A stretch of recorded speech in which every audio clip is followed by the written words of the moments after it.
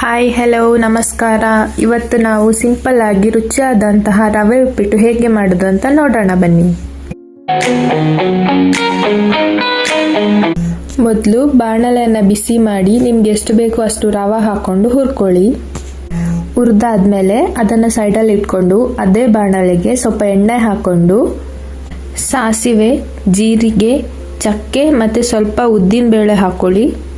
ಇವಾಗ ಇದಕ್ಕೆ ಹೆಚ್ಚಿರುವಂಥ ಈರುಳ್ಳಿ, ಟೊಮ್ಯಾಟೊ, ಕರಿಬೇವು ಹಾಗೂ ಮೆಣಸು ಹಾಕೊಳ್ಳಿ. ಇದೆಲ್ಲದನ್ನು ಒಂದಾದ್ಮೇಲೆ ಒಂದು ಹಾಕೋತಾ ಬನ್ನಿ. ಈ ಬೀನ್ಸನ್ನು ನಮ್ಮ ಕಡೆ ಡಬಲ್ ಬೀನ್ಸ್ ಅಂತಾರೆ, ನೀವೇನಂತೀರ ಗೊತ್ತಿಲ್ಲ. ಆಮೇಲೆ ರುಚಿಗೆ ತಕ್ಕಷ್ಟು ಉಪ್ಪು ಹಾಕೊಳ್ಳಿ. ಇವಾಗ ನೀರು ಸೇರಿಸ್ಕೊಳ್ಳಿ. 1 ಕಪ್ ರವೆಗೆ 2 ಕಪ್ ನೀರು.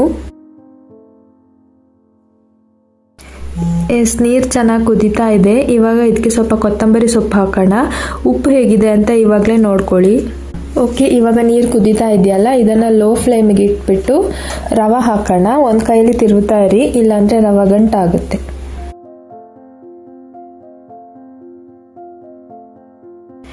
ಓಕೆ, ಇವಾಗ ಮುಚ್ಚಾಳ ಮುಚ್ಚಿಬಿಟ್ಟು 5 ನಿಮಿಷ ನಿಧಾನಕ್ಕೆ ಬೇಯಲಿಕ್ಕೆ ಬಿಡಿ. ಓಕೆ, ಇವಾಗ ಬೀನ್ಸ್ ಉಪ್ಪಿಟ್ಟು ರೆಡಿ ಆಗಿದೆ. ಇದನ್ನು ಚಟ್ನಿ ಜೊತೆ ಬೇಕಾದರೂ ತಿನ್ಬೋದು, ಇಲ್ಲ ಹಾಗೆ ತಿನ್ಬೋದು. ಉಪ್ಪಿಟ್ಟು ಇಷ್ಟಪಡೋದವರು ಇಷ್ಟಪಟ್ಟು ತಿಂತಾರೆ. ನೀವು ಕೂಡ ಮನೇಲಿ ಟ್ರೈ ಮಾಡಿ ಹಾಗೂ ನಮ್ಮ ಚಾನಲ್ನ ಸಬ್ಸ್ಕ್ರೈಬ್ ಮಾಡಿ. Thank you for watching.